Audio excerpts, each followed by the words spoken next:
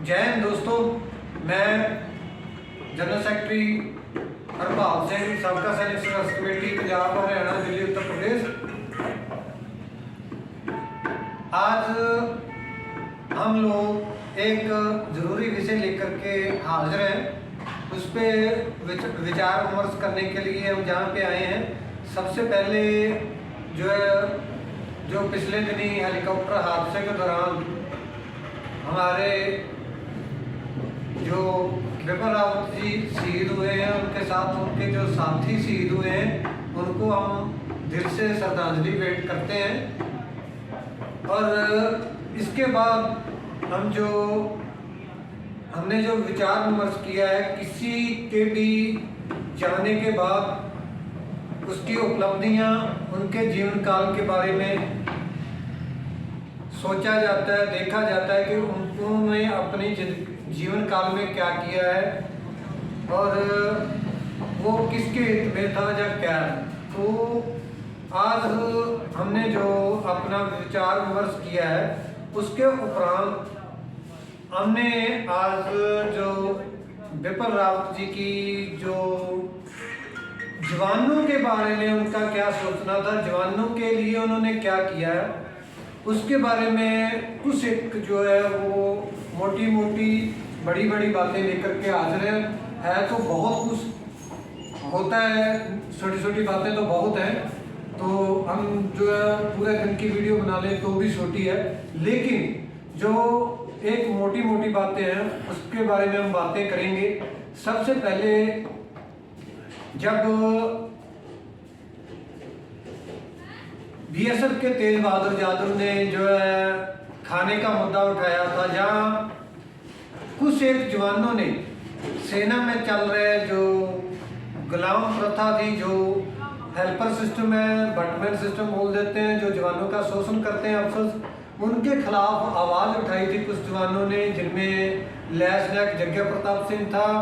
जहाँ अपना एक एएमसी का जवान था, जहाँ कुछ और जवानों ने भी आवाज़ उठाई थी कि जवानों का शोषण किया जा रहा है, उनसे घर में काम करवाए जा रहे हैं और उनसे बूट पालिश करवाए जा रहे हैं, घर के कपड़े कुत्ते घुमाए जा रहे हैं। तो उसके बारे में उन्होंने आवाज़ उठाई थी कि ये चीज़ें जो सेना के रूल के मुताबिक सही नहीं हैं, जो सेना के लिए सही नहीं है, तो इसमें सुधार होना चाहिए। लेकिन उस टाइम पे हमारे जो चीफ ऑफ आर्मी स्टाफ थे बिपिन रावत जी, इनका उसमें क्या रोल था, इसके बारे में हम बात करेंगे। उसमें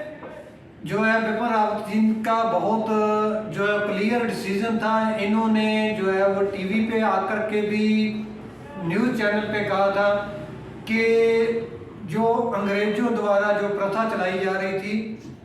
जहाँ जो अंग्रेजों द्वारा कानून बनाए गए हैं वो बहुत अच्छे हैं। तो मतलब उन्होंने जो है जहाँ पे भी इसका जो है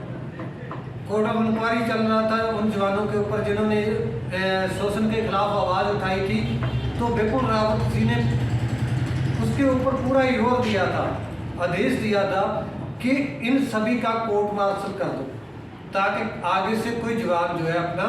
सेना में रहते हुए मुंह नहीं खोले। मतलब ऑफिसर जवानों का शोषण करते रहे, लेकिन जवान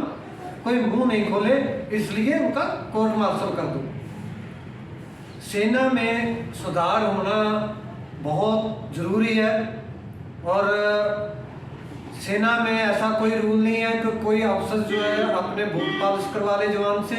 जहां उसको अपने घर में नौकर बना के रखे। लेकिन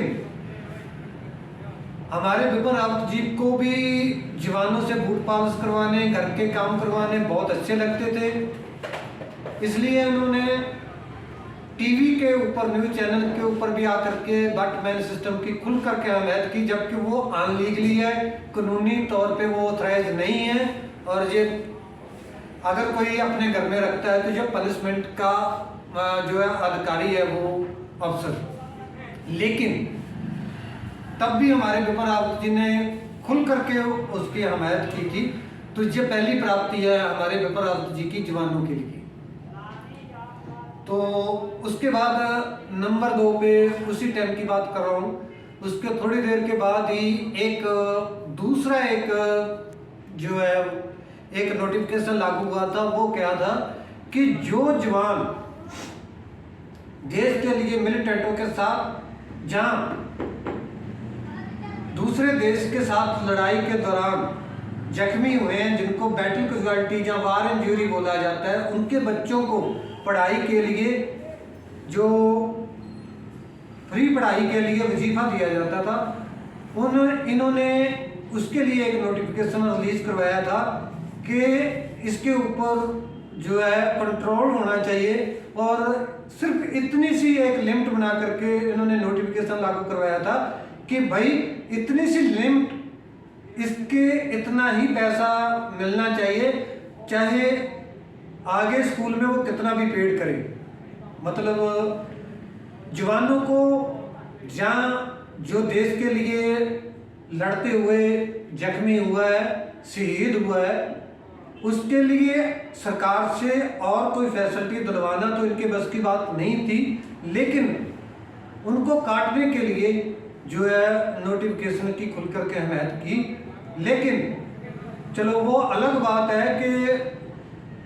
वो सरकार को नोटिफिकेशन वापस लेना पड़ा, दबाव में आकर के हमने अपनी साबका सैनिक संघर्ष कमेटी की तरफ से पूरा उसके ऊपर जोर दिया, उसके ऊपर आवाज़ उठाई, दिल्ली में जाकर के प्रदर्शन किया, तो इनको क्या है वो वापस लेना पड़ा। लेकिन ये दूसरा एक बड़ा इशू था जो हमारे chief of army staff Bipin Rawat ji ने उस टाइम जवानों के खिलाफ जो है कदम उठाया था। नंबर 3 पे मैं आपको बात बताना चाहूँगा, आपका ध्यान जो है वो 7वें पे कमीशन की ओर दिलवाना चाहूँगा। 7वां पे कमीशन जब जो है 7वें पे कमीशन ने अपनी सिफारिश कर दी थी, अपनी रिपोर्ट दे दी थी, तो उसके बाद हमारे जो है चीफ ऑफ आर्मी स्टाफ की तरफ से एक बयान आया था कि हमें जो है वो 7वां पे कमीशन मंजूर नहीं है। तो हमारे पूरे देश के सैनिकों और खास करके जवानों का जो है एकदम से इस चीज़ के ऊपर ध्यान गया, बहुत खुश हुए कि हमारा जो है चीफ ऑफ आर्मी स्टाफ, जहाँ हमारा जनरल है जो चीफ है, उन्होंने हमारे हित में एक बड़ा फैसला लिया है। उस बेनिफिट के लिए इन्होंने जो है ऐसा सरकार को कहा होगा, और बहुत मतलब हमारे जवान थे जो इस आशा में थे कि 7वें पे कमीशन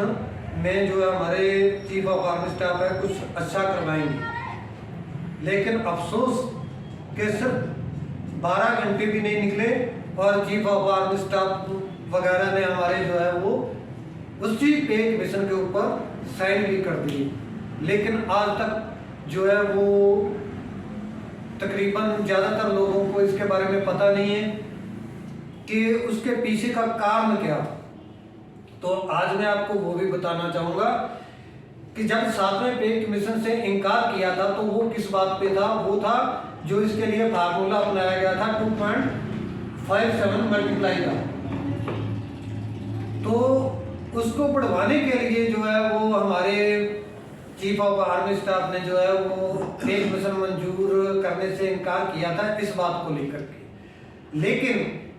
उन 12 घंटे जहाँ 24 घंटों में क्या हुआ, जो हमारे चीफ ऑफ आर्मी स्टाफ जो है वो पे कमीशन के साथ सहमत हो गए उसी पे कमीशन के लिए। तो वो ये कारण था कि जो अफसर्स थे, अफसर्स के लिए जो है वो 2.57 से बढ़ा करके 2.81 तक का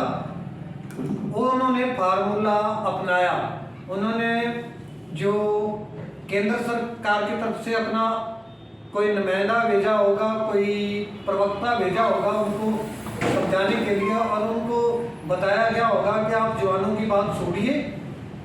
हम अफसर्स के लिए ये फार्मूला लागू कर देते हैं, लेकिन आप पे कमीशन मंजूर करिए।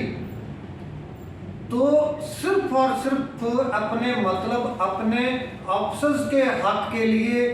जवानों को भूल करके जिनके ऊपर कमांड करते हैं या जिनके वो जनरल हैं या जिनके चीफ हैं उनको वो भूल गए और चुपचाप जो है उसके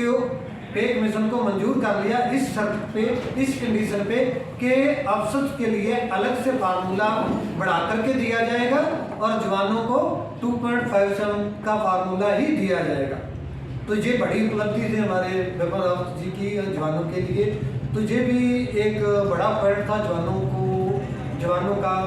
जो है उस समय में। उसके बाद आ गई बात मिलिट्री सर्विस पे की। तो मिलिट्री सर्विस पे जो है वो सिर्फ और सिर्फ जो है एक जो मिलिट्री की आर्मी की वर्दी पहनने के लिए जो पे है मिलिट्री सर्विस पे उसको बोला जाता है। और ये मिलिट्री सर्विस पे पहले यूरोप कंट्री में दी जाती थी। जब सेवे पे मिशन में ये सेवे पे मिशन में हमारे सरकार के आगे इंडिया में ये बात रखी गई कि हमें सेना में जो है मिलिट्री सर्विस पे चाहिए। तो उस टाइम पे जो है इसको डिमांड की गई। लेकिन यूरोप कंट्री में क्या है और इंडिया में क्या हुआ, बहुत बड़ी बात है ये। यूरोप कंट्री में जहाँ पे पहले से जो है मिलिट्री सर्विस पे दी जाती थी वहाँ पे जवान और एक जनरल को मतलब एक बराबर है मिलिट्री सर्विस पे दी जाती है। ताकि क्यों दी जाती है? ताकि एक सिविलियन एम्प्लॉई है जो उससे ज़्यादा उसको बेनिफिट मिले, क्योंकि वो अपने देश के लिए लड़ रहा है, जान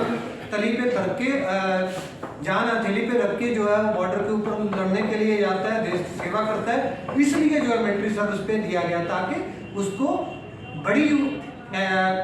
सिविलियन से ज़्यादा पे मिले, इसलिए दिया गया था। और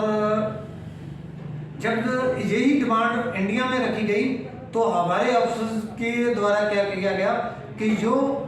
जवान के लिए 1000 रुपया सेवे पे में मांग रखा गया और अफसर के लिए 6000। और वैसे हमारी सरकार जिन्होंने ये डिमांड को मान लिया और लागू कर दिया, इन्होंने ये नहीं देखा कि जब सेवे पे मिशन में ये लिखा हुआ है कि यूरोप कंट्री में जो है मिलिट्री सर्विस पे दी जाती है तो हमें भी दी जाए। लेकिन वहाँ पे ये नहीं देखा गया कि जहाँ पे यूरोप में जिसके आधार पे आप मांग रहे हो उसमें जो है एक जवान और एक जनरल को एक बराबर दी जाती है। लेकिन इंडिया में वही जो है आज के 7वें पे मिशन में जो हमने बार बार डिमांड रखने के बाद भी डिमांड सरकार को मेमोरेंडम वगैरह दिए, पहले हो सकता नहीं पता चल रहा हो, लेकिन हमने बार बार जो मेमोरेंडम देकर के सरकार का ध्यान इस तरफ आकर्षित करना चाहा, उनको बताना चाहा कि भाई जो है ये बहुत बड़ी मिस्टेक है और बहुत बड़ा जो है जवानों के साथ गलत हो रहा है कि भाई मिलिट्री सर्विस पे एक तरफ जो है वो जवानों को 3 गुना कम दी जा रही है और अफसर को 3 गुना बढ़ा करके दी जा रही है। लेकिन सरकार ने क्यों नहीं ध्यान दिया? क्योंकि हमारे चीफ ऑफ आर्मी स्टाफ ने बोला कि नहीं, ये जो भी है वो ठीक है। इसके ऊपर एक ध्यान भी दिया था बिपिन रावत जी ने कि मिलिट्री सर्विस पे जो है वो जवानों के लिए और अफसर के लिए अलग अलग है और बहुत बढ़िया है। तो मतलब ये है जहाँ पे भी आपको ये बात भी समझ में आ गई होगी कि यूरोप कंट्री से मिलिट्री सर्विस पे आई, लेकिन जहाँ पे आते आते जवान की 2000 और अफसर की 6000 हो गई। जहाँ वहाँ से इक्वल चली थी, जहाँ पे जवान की 2000 और अफसर की 6000 हो गई। उसके बाद आती है जो हम लेते हैं कार लेते हैं। तो कार लेने में जो अफसर जो है हर एक 8 साल के बाद मतलब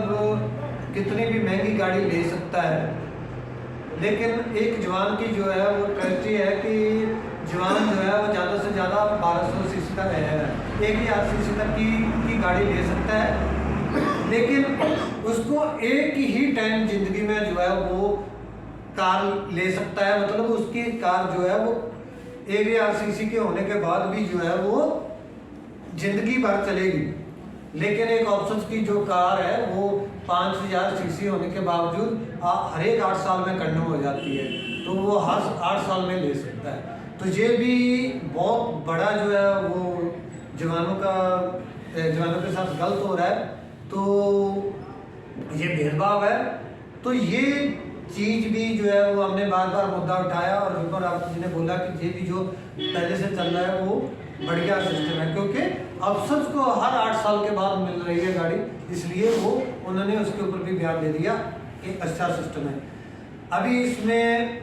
आ गई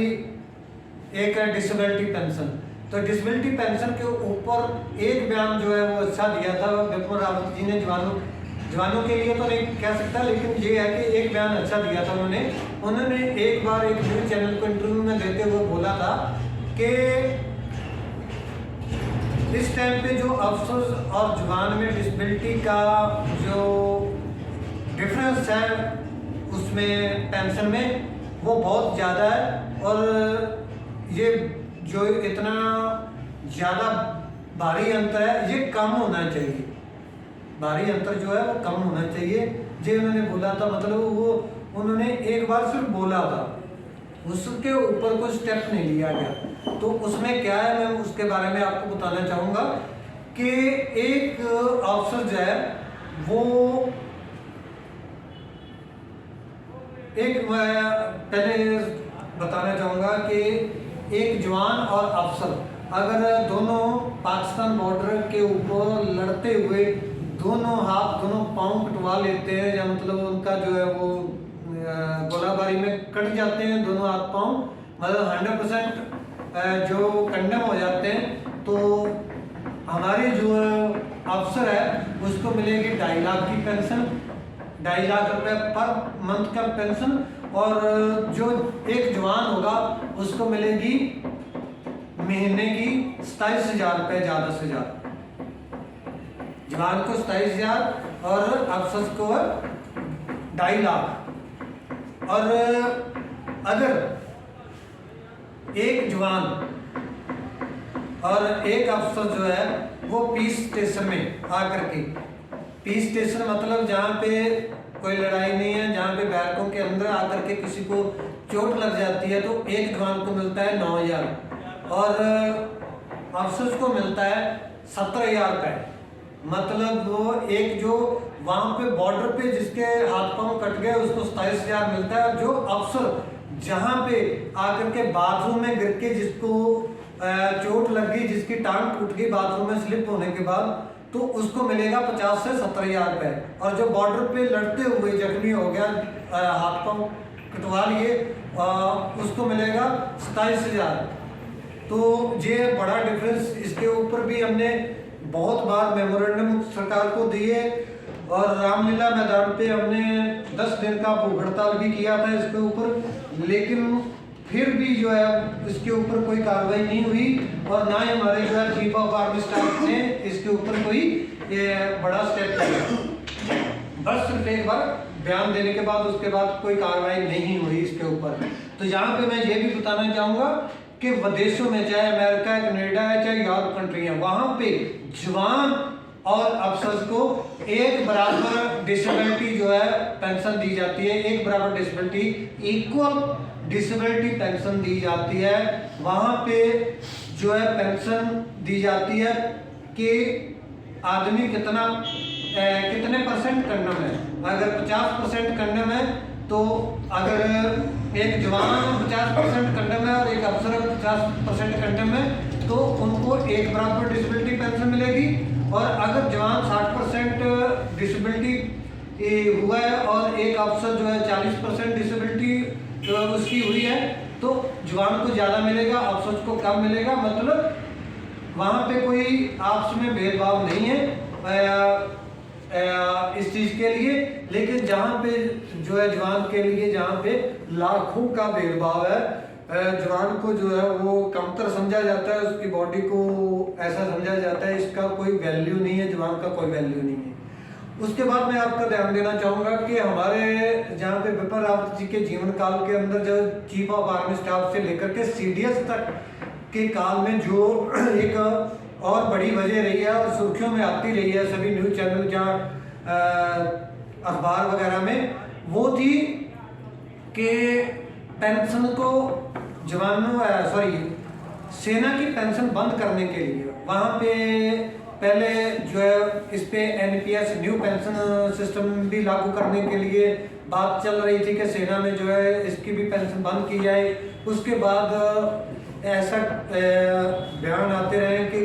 सेना की पेंशन को कंट्रोल करने की कोशिश हो रही है, तो उसके ऊपर भी जो है वो तरह तरह के फार्मूले जो है वो आते रहे, उसके बारे में पब्लिश होते रहे कि इसके बारे में राय दी जाए, और सेना में कोर वगैरह और सभी जगह पे भेजे जाते रहे कि इसके बारे में आपकी क्या राय है। और अभी क्या है कि एक इन्होंने प्रपोजल और भी लागू किया था जब सीडीएस बन गया, तो उसके बाद में एक प्रपोजल और भी आया था कि जो 15 साल में जवान जाता है उसकी पेंशन जो है सिर्फ जहाँ पे 50% पहले मिलती थी वहाँ पे 25% कर दी जाए, और जो जवान जो पहले कम उम्र में कम एज में जो है वो पेंशन आ जाता था उसको उसकी उम्र जो है सर्विस करने की बढ़ा दी जाए और कम से कम 50 या 58 साल जो कर दी जाए। लेकिन ये नहीं सोचा गया है कि एक जवान का जो है काम इतना मुश्किल है कि 50 साल तक सेवा करनी सेना की नामुमकिन है और ऐसा हो नहीं सकता। लेकिन पेंशन को कम करने के लिए नए नए हथकंडे बनाए जाते रहे हैं और नए नए प्रपोजल लाए जाते रहे हैं। अभी भी जो है इन्होंने जो है जवान जो पहले 15 साल में पेंशन आ जाता था उसको बढ़ा करके 20 साल करने की अभी मेरे ख्याल से कोशिश, तो क्या अभी तो नोटिफिकेशन भी हो गया इसके ऊपर, जो है कुछ एक जो है कॉर्प्स वगैरह में जो है वो 20 साल के बाद ही जवान जो है पेंशन आ सकता है। मतलब तरह तरह के तरीके अपनाए जाते रहे पेंशन को काटने के लिए। लेकिन देखिए परमात्मा की मार कहिए या परमात्मा का जो तरीका कहिए या परमात्मा की तरफ से कुछ ऐसा है कि कुछ लोगों को समझाने की कोशिश हुआ है या कुछ भी इसके बारे में बोल सकते हैं हम कि देखो जो आदमी सेना की पेंशन बंद करना चाहता था वो किस लिए, सिर्फ अगर किसी चीज को लेकर के किसी चीफ ऑफ आर्मी स्टाफ ने जो है वो हमायत की थी, तो किस लिए चमचागिरी वगैरह होती रही, वो थी सीधी सीधी के मतलब पहले तो सीडीएस की प्रमोशन के लिए और उसके बाद के कहीं पे जैसे वीके सिंह को मिल गया है कोई नेता बनने के लिए। तो लेकिन परमात्मा क्या करता है इसके बारे में किसी को पता नहीं चलता। जो जिनकी सोचनी थी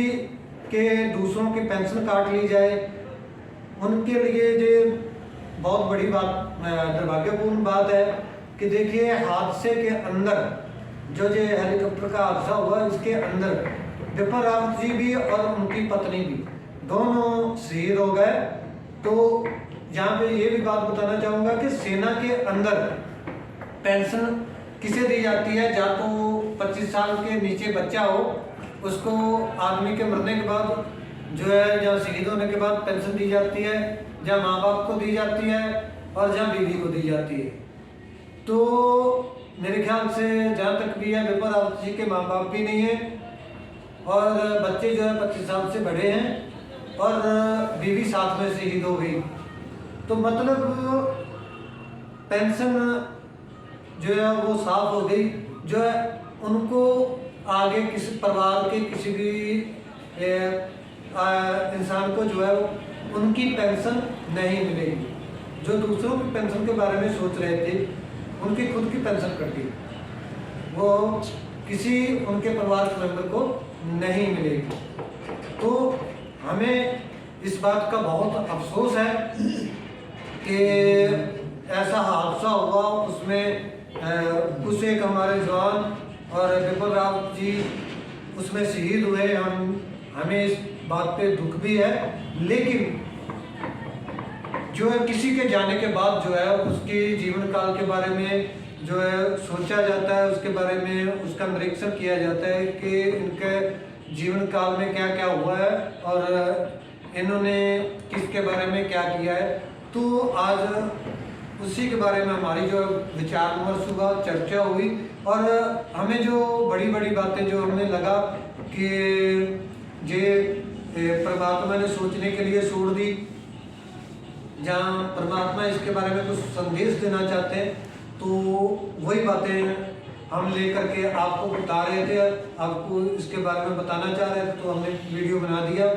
तो इसके साथ ही मैं आपको एक बात और बताना चाहूँगा कि हम जो है डिफेंस मिनिस्टर थे जब मनोहर पार्कर जी, तो तब हम उनके साथ मीटिंग करने के लिए भी गए थे। तो उन्होंने मीटिंग के दौरान जब हमने विचार विमर्श किया था जवानों की मांगों के ऊपर, हमने बोला था कि सेना के अंदर जो है वो जवानों का शोषण हो रहा है, अफसर जो है वो अपने मनमर्जी चला रहे हैं। तो उस टाइम पे मनोहर पार्कर जी ने ये बोला था कि जवान डरपोक है, बुज़दिल है। तो तब हमने वहाँ पे भी बोला था कि अगर आपने ये बोला है, जा तो आप माफ़ी मांगिए, जब परमात्मा आपको ऐसी सज़ा देगा कि आप वो खुद भी इस चीज़ को याद रखोगे कि किसने कुछ बोला था। तो दिल से बद्दुआ निकलती है तो परमात्मा भी मंजूर करता है। तो कोई ज़्यादा समय नहीं पड़ा, तो उसी के बाद जो है वो हमारी मेरे ख्याल से मीटिंग के 1-1.5 महीने के अंदर अंदर ही उनका स्वास्थ्य एकदम से गिर गया। और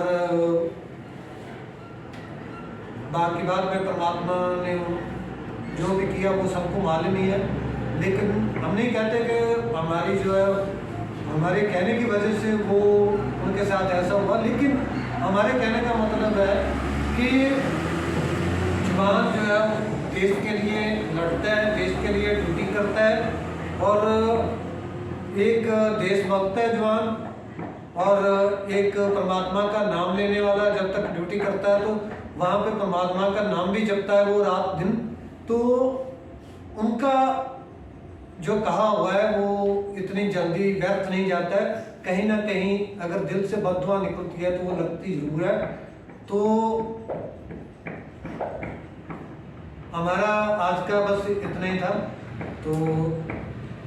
हमें फिर से जो है विपिन रावत जी की मौत पे अपना उनको श्रद्धांजलि भेंट करते हैं और दुख जाहिर करते हैं। धन्यवाद। जय हिंद, जय जवान, जय जवान, जय किसान।